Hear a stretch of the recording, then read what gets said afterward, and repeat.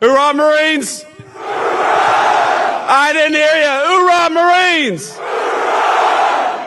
God bless you, Marines. God bless you, Camp Pendleton. It is so much fun and such an honor to be out here to celebrate 250 years of United States Marines.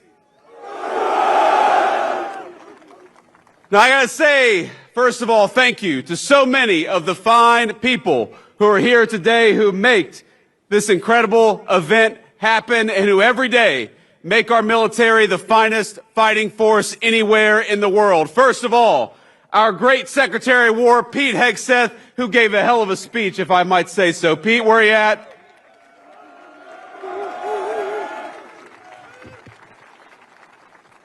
Now, he is a soldier, but are we proud of our Secretary of War, Marine Corps? Now, I will say, I was talking to Pete about this speech and thinking about what I said, and I realized that over my 4 years in the United States Marine Corps, I probably learned about 100 jokes about United States Marines. And every single one of them, Marines, would mean the end of my political career if I told it up here today. I sent a few of them last night to my communication staff, and I said, can I tell this one? And they said, please no, sir. Please, please do not tell that one. We're also happy to be joined by our great Secretary of the Navy, John Phelan. John, thank you so much for your leadership and service.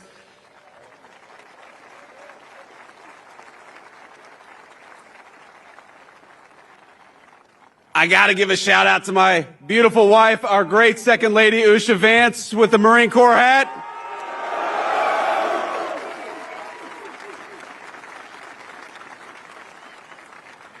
You know, I've been asked many times, why did I want to run for and become Vice President of the United States? And there's a lot of answers, of course, to that question.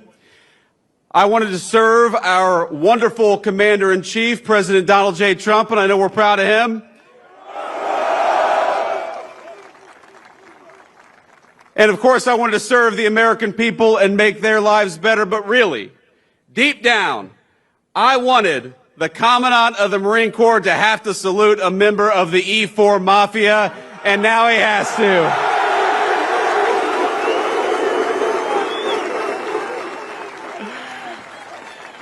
And Marines, we have a great Marine Corps Commandant in General Eric Smith. General, thank you so much for everything you do.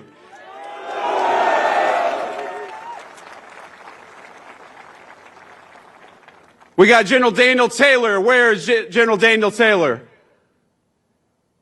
Apparently he was sick today. We have got Admiral Gavin Duff here. Admiral, thank you for your service, sir.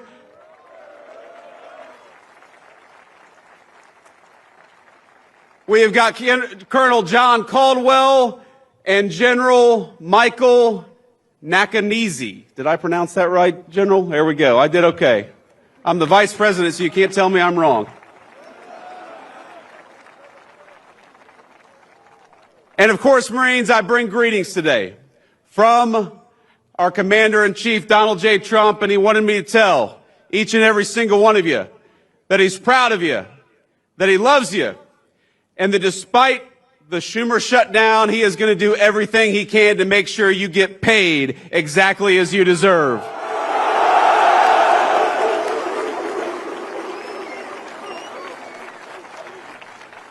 Now, I know we're here to talk about the Marine Corps, but I got to get just a little political because congressional Democrats seem to want to keep the government shut down, even though it would mean that a lot of you would not get your paycheck. But as I told the president just a couple of days ago, I said, sir, we have got to figure out how to pay these Marines, both for their sake, but also, of course, because if we don't pay our enlisted Marines, every bar in Southern California is going to go out of business, and we don't want that.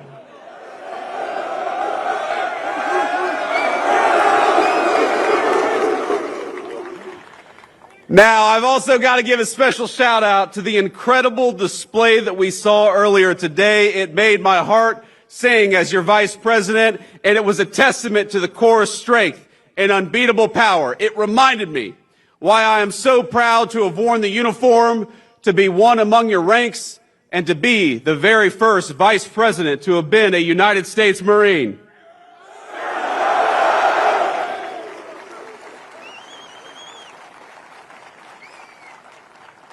Now, for us East Coast Marines, Camp Pendleton has always had a special place in our imagination. We heard the stories of the back-breaking hikes you all had to do, the West Coast Marines had to do in Camp Pendleton. You know it? Us East Coast Marines, we had the sand fleas and you all had the hills. I don't know which was worse.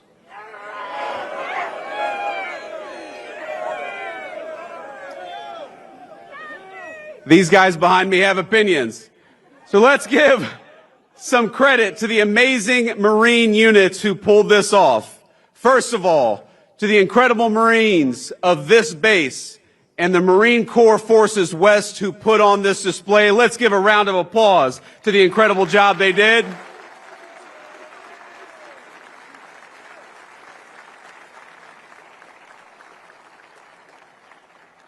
And I want to talk about some of those units because you all made me so proud. I know we must have some Marines from the 1st Marine Division. Where are you? You all did a hell of a job. How about the Marines from the 3rd Marine Air Wing? I know we have some Marines from the 1st Marine Logistics Group, the lifeblood of the fight. Where are you all at? We've also got Marines from the 1st Meth Information Group, the brain of the fight. Where are you all at? And we've also got, of course, men and women from Marine Corps Installations West, the folks who keep the home front. Where are you, Marine Corps Installations West? There we go.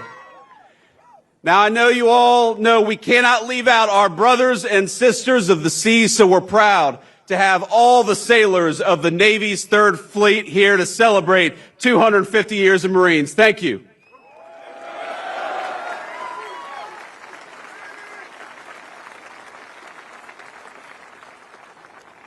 These sailors who go to war with us, they fight over the horizon. They stand shoulder to shoulder with Marines wherever the fight takes us. And if any group shares in the glory of the Marines' 250th birthday, it is our beloved Navy Corpsmen. Let's give a shout out to the Navy Corpsmen out there. We love them.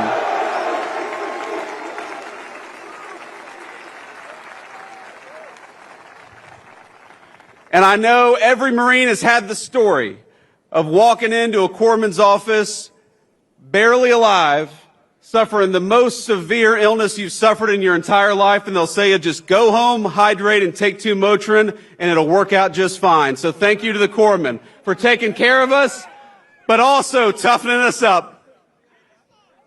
And that's right, and a change of socks. A bottle of water, a change of socks, and 2 Motrin will fix any illness.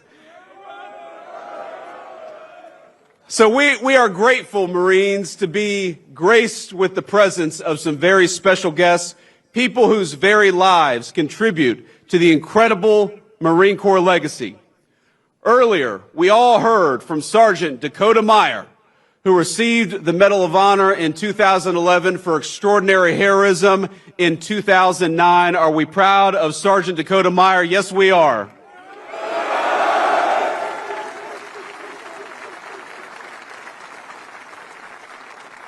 And despite the constant rain of enemy fire, then Corporal Meyer made multiple runs across an ambush zone that day, saving the lives of 36 American and Afghan troops. Dakota Meyer, we love you. We're proud of you. You're the very best of the Marine Corps and the very best of this country.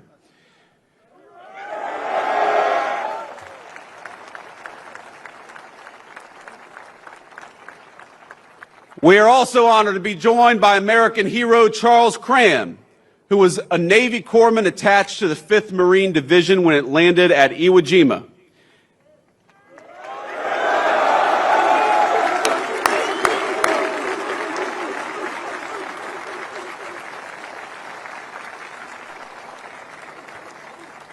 Now, as part of that force, this American hero watched the Stars and Stripes raised over Mount Suribachi before being wounded on the 7th day of battle while tending to a Marine.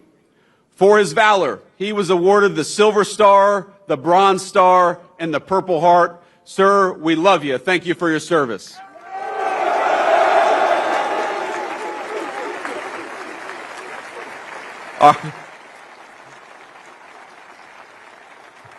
The Marines love their corpsmen, and that's one of the very best.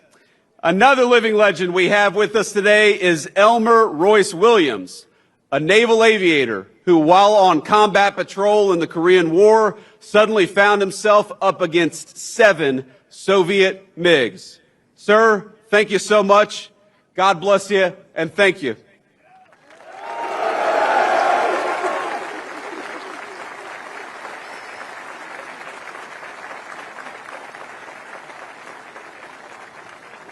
Now we're going to let the brave lieutenant take a seat, but I got to talk a little bit about him. I got to brag on him. Because despite the odds, Lieutenant Williams took down 4 of them in a single 35-minute dogfight, the longest dogfight in naval history, a record, I believe, that still stands to this day. Hoorah.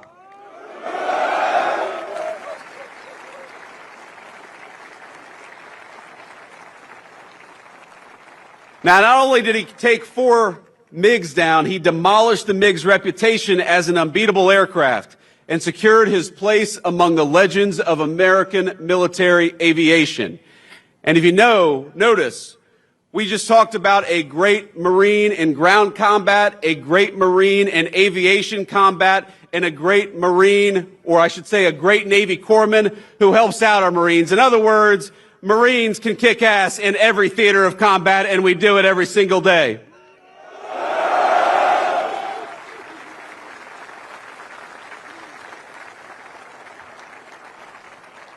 And I finally got to give a shout out to my dear friend, recently retired Master Sergeant Charles McKelvey. Chase, where are you at, man? Love you. Oh, he's got a beard already. Look at that. He's been out of the Marine Corps for 3 months. He's already got a beard longer than what I got. Now, Master Sergeant McKelvey and I served together at Cherry Point when we were both very young Marines, and we've been good friends ever since. I call him Chase. Other Marines will tell you Chase is an extraordinary person. The smartest, kindest Marine you'll ever meet, and those are descriptions I can personally attest to. Now, he was supposed to join me at my inauguration to become the Vice President last January, but tragically he lost his wonderful, devoted wife, Jillian, to a terrible illness just days before. So I want to tell you, Chase, in front of all these Marines, we're proud of you. We're thankful for you. I'm sorry I couldn't see you in January, but I'm glad to see you today, my friend. I love you. Semper Fi.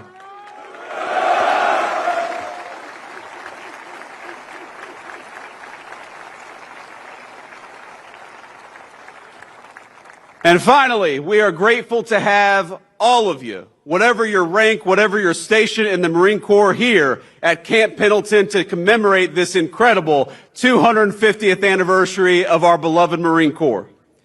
From these mountains and this water, Marines have deployed to every major fight of the last century, from island hopping across the Pacific to Vietnam's Hue City to Kuwait to Helmand and beyond. And standing here, you can feel the weight of that history. The generations upon generations of Americans who cut their teeth at this base before boarding ships and carrying the American flag into battle. But that's exactly what Marines do. For 2.5 centuries now, this beloved Corps has served as our nation's sharp edge, always forward deployed, always ready, and always faithful. My service in the Marine Corps was a huge part of my life. I would not be here today. I would not be the Vice President of the United States. I would not be the man I am today were it not for those 4 years that I served in the Marine Corps. Now, before I was enlisted, I was pretty terrified about the prospect of becoming a Marine. I'm sure that a lot of you can share that. I remember I had nightmares before I went to boot camp of drill instructors yelling at me, of being away from my family, of being constantly stretched well beyond my own physical limits. It's daunting stuff, as all of you know. And as anyone who survived boot camp can tell you, it's all real. But my cousin Rachel, in particular, one last shout out to a former Marine. In particular, she pushed me to do it. A veteran of the Corps herself, she got it. She understood what joining does for a young man or a young woman. So she pushed me to go and talk to a recruiter, which I did, and I will never forget that conversation. Because at no point did he try to sell me on the United States Marine Corps. He warned me, said, "You don't enlist in the Marine Corps to make money," and you all know that's exactly right. He said, "You might even go to war." This was back in 2003, right after we invaded Iraq. But what he did tell me is that enlisting in the Marines would teach me many things, including discipline and the virtue of leadership. And that was appealing to me, and I know it's appealing to Marines today and for every year of our 250-year history. Hoorah! But over the days that followed, what further dawned on me was that I needed to do this not just for me, but for the nation. My country needed me just as sure as the country needs each and every one of you today. The September 11th attacks had occurred barely a year earlier. And as I weighed what enlisting would mean, the crisis in Iraq was becoming a full-out war. So I made the call. As an 18-year-old senior in the state of Ohio, it was one of the first times in my life that I recall feeling like the country actually needed me. And when I realized I had a responsibility to something so much greater than myself or even my family, and I had an obligation to act on that feeling of duty. And I know that's something that animates every single one of you, whether you're a private or a general. That spirit of service has been the spirit of the Marine Corps for 2.5 centuries. So I just wanted to say, from the bottom of my heart, from one Marine to another, from the Vice President of the United States to the whole Marine Corps, thank you for your service. We are proud of you and proud of your service.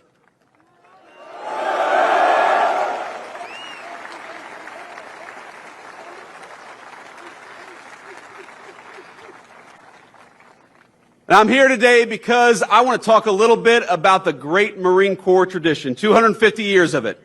I want to talk about the tradition that all of us standing under this bright California sun, and man, it is bright, we all chose, however many years ago, to adopt that Marine Corps tradition as our own.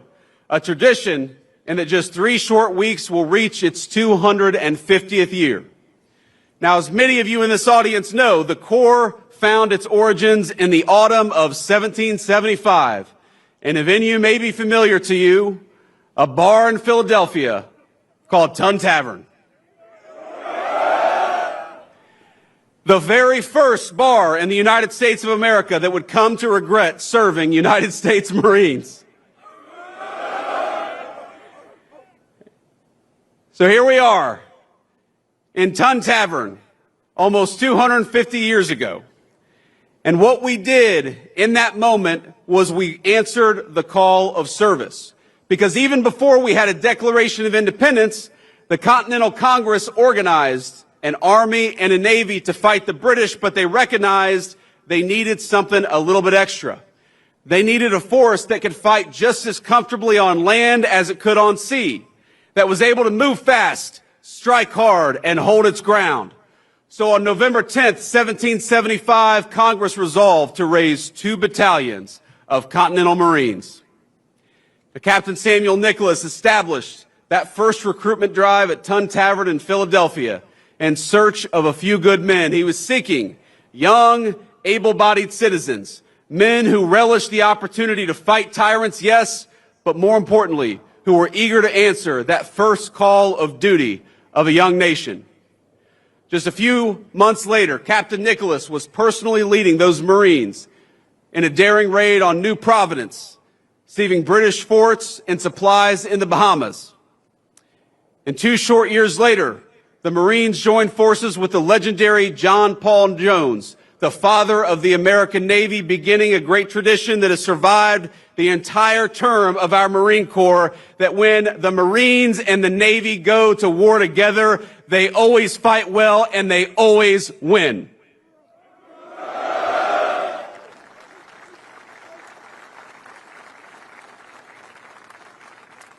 The War of Independence set a blueprint that Marines follow to this day. Boldness in action, unity in purpose, and a lightning readiness to go wherever the nation required. In battle after battle, the United States Marine Corps has broken the backs of empires. You've toppled tyrants. You've hanged pirates and hunted down America's foes across the 7 seas. And Pete, turns out we're hunting some pirates today, aren't we?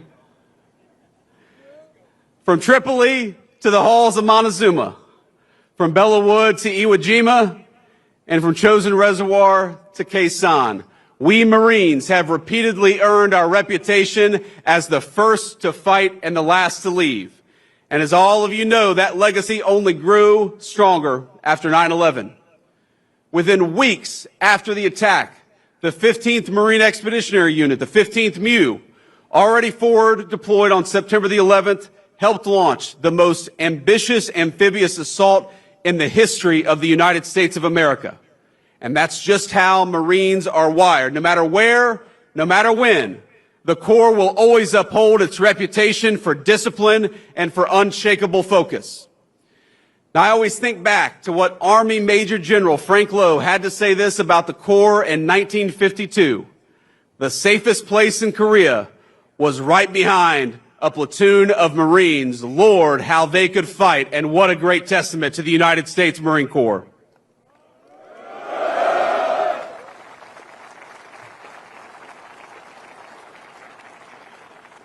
Because while the world keeps changing, new weapons, new threats, and new ways in which we wage war, the nation will forever need the United States Marine Corps. And in the Trump administration, we know that the work you do, protecting our country, putting your lives on the line to defend our way of life, is at the heart of Marine Corps service. Now, when officials try to shift focus to mandating diversity quotas, or they try to inject partisan politics into the American Armed Forces, they impede the Marine Corps' ability to do its best work, and that's why the Secretary of War and the President of the United States have stood so firmly against that crap. Because when you can't operate at your best on the battlefield, it puts everybody's lives at risk. And it's why we're recentering the focus of all of our military, including the Marine Corps, on those timeless values of discipline, readiness, and faith in one another. Now, I remember when I was a young recruit in boot camp talking about how politically correct things got maybe over the last few years, and I compare it to my time in the Marine Corps. I remember I was lining up as a young recruit to go to church one Sunday morning, and back then there were 2 lines. There was the Catholic line, and there was the Protestant line. And I remember we all get into our lines, and there's one recruit who's just kind of standing there by himself. And, you know, the folks watching on TV may not realize that Marines refer to themselves in the third person when they're in recruit training, because you haven't earned the title of United States Marine, and so you have to say this recruit instead of I. And so you've got this one recruit standing out there by himself, and the drill instructor says, "Hey, what the hell are you doing?" And the recruit says, "This recruit is an atheist." And the drill instructor says, "Bullshit, get in the Catholic line." That didn't work in the Biden administration, Pete. That didn't work in the Biden administration. But now we recognize that it is not our diversity that makes us stronger. It is our common purpose. It is our common mission. And it is the fact that every single person here bleeds Marine Corps green.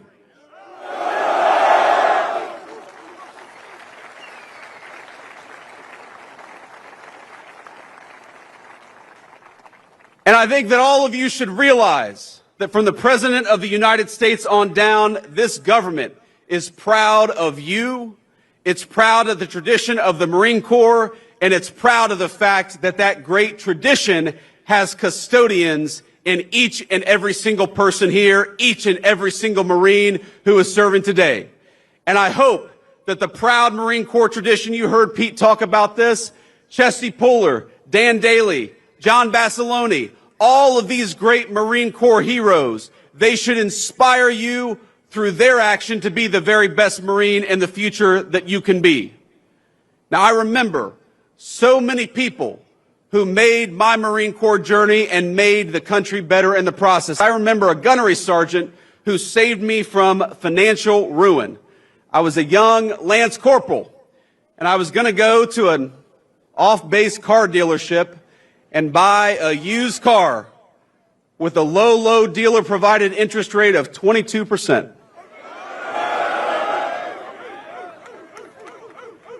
These Marines behind me, you aren't supposed to nod your head at that part, guys. No 22% interest rate. So I had a gunny who was like, look, stop being a dipshit and go to Navy Federal Credit Union, get a better interest rate, and then go and buy a car. And that's exactly what I did.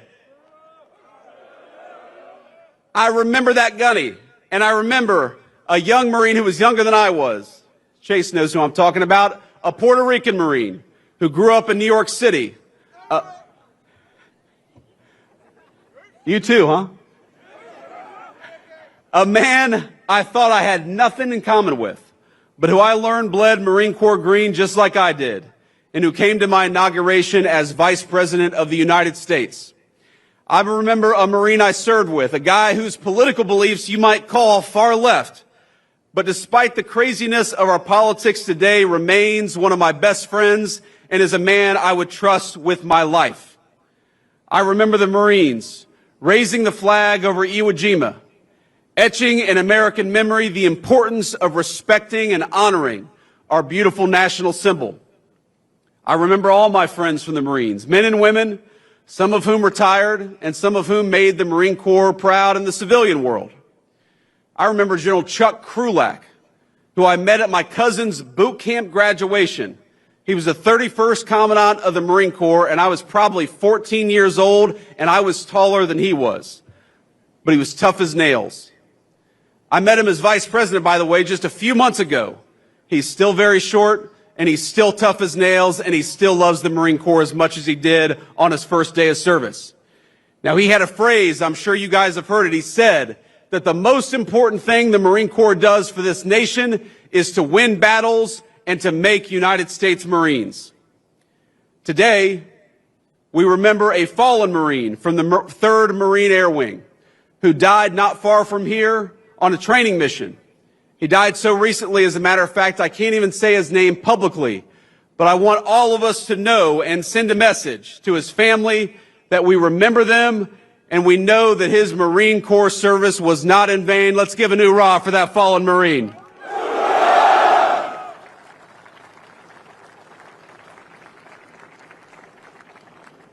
I know that all of us remember the friends who went off to war, and we particularly remember the ones who were mangled in combat or who never came home at all. Every single one of you has memories like this. Every single one of you is lucky enough to have friends like mine. Within each of you is your own Marine Corps legacy burning every single day. And because of that, every one of our fellow Marines lives on. As Gunnery Sergeant Hartman in Full Metal Jacket, we like Full Metal Jacket, Marines? He said, but the Marine Corps lives on forever, and that means you live forever. Our motto, Marines, is Semper Fidelis, which means in Latin, always faithful. Though the shape of the battlefield will change, our nation will be just fine, so long as fellow Marines just like you remain faithful to that great Marine Corps legacy. My fellow Marines, you have the watch now. You honor that legacy by how you carry yourself in public. You honor it by how you treat your friends and family. You honor it by how you contribute to your communities, and most importantly, you honor it in how you fight and win the nation's battles. So from one Vice President to an incredible United States Marine Corps, keep kicking ass, keep taking names. Semper Fidelis, Marines. Happy 250th birthday. God bless you.